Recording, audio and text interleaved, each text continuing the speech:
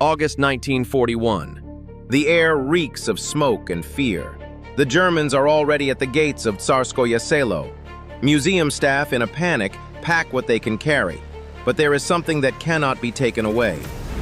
The Amber Room. 8 tons of pure sunlight frozen in stone. Gold, mirrors, Florentine mosaics. It didn't just vanish. It wasn't stolen in one night. It was dismantled, piece by piece. And after that, the world split into before and after. There's a version history books stay silent about. The version that claims the Amber Room never left Russia, that it was hidden here, beneath us, and the key to it was destroyed by one man, a man whose name was erased from the archives. Who was this man, and what did he hide along with the amber? We'll return to this mystery in the middle of the film, because the answer to this question changes everything you thought you knew about the search. Welcome to the story they tried to erase.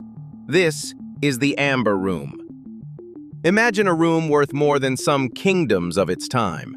In the 18th century, it was the 8th wonder of the world. But behind the amber's glow lay political games, betrayal, and a curse that haunted everyone who touched the panels.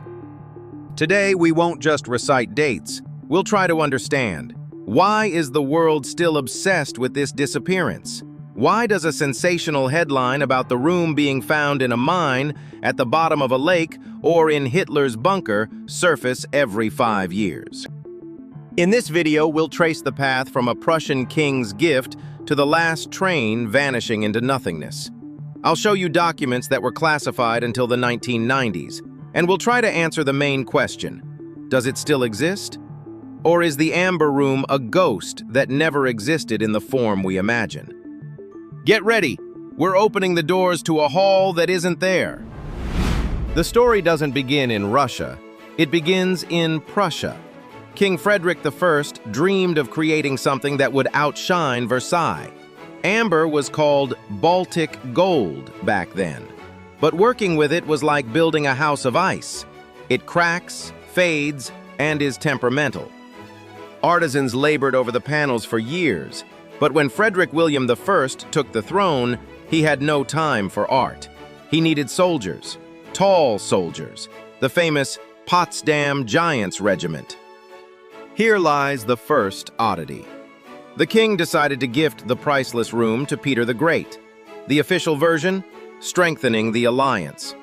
The unofficial one? The amber panels had started to deteriorate. Cracks appeared that couldn't be hidden. Giving them away was a way to get rid of the problem while saving face. But Peter accepted the gift, and here the magic began. Russian craftsmen, particularly Bartolomeo Rastrelli, didn't just move the room. They expanded it. They added mirrors to trick the eye. They added gold to hide the amber's flaws. But during this reconstruction, according to 1930s restorers' diaries, a strange compartment was found in one of the panels. Not for storing valuables, for something else. What was inside that compartment? We'll discuss this when we reach 1941. The room became an empire's symbol, but symbols have a dark side. The brighter the light, the deeper the shadow. By the early 20th century, the amber began to sicken. It darkened, crumbled. Before the war, the room was no longer what it had been under Peter. It was a patient on the operating table. And the war began just as the surgeons hadn't finished their work. September 1941. The Germans enter Pushkin. They know why they came. Hitler had a list. On that list, the Amber Room was number 1. The Germans acted professionally. Alfred Rohde, an amber expert, oversaw the operation. They didn't loot, they packed. Each panel was numbered, every detail packed into crates. They transported the room to Königsberg. There it was displayed in the castle. And silence. 1944, the bombing of Königsberg. From this moment, the trail vanishes. The official Soviet version. The room burned in a castle fire in 1945. But there are inconsistencies that don't add up. Remember the man whose name was erased from the archives? At the start of the video, I mentioned a witness. There are accounts from a museum employee who remained under occupation. He claimed he saw crates being loaded not onto a train, but onto barges, to Pillau port. But documents about the barge loading disappeared from German archives in 1947. They were seized by SMERSH agents.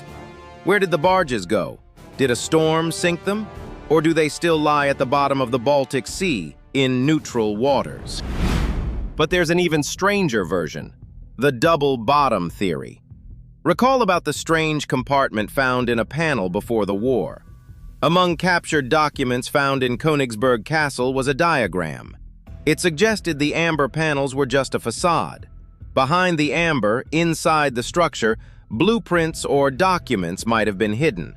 Some researchers believe the amber room was a Trojan horse, not for weapons but for information. And that's why both Soviet and German services searched for it so meticulously after the war.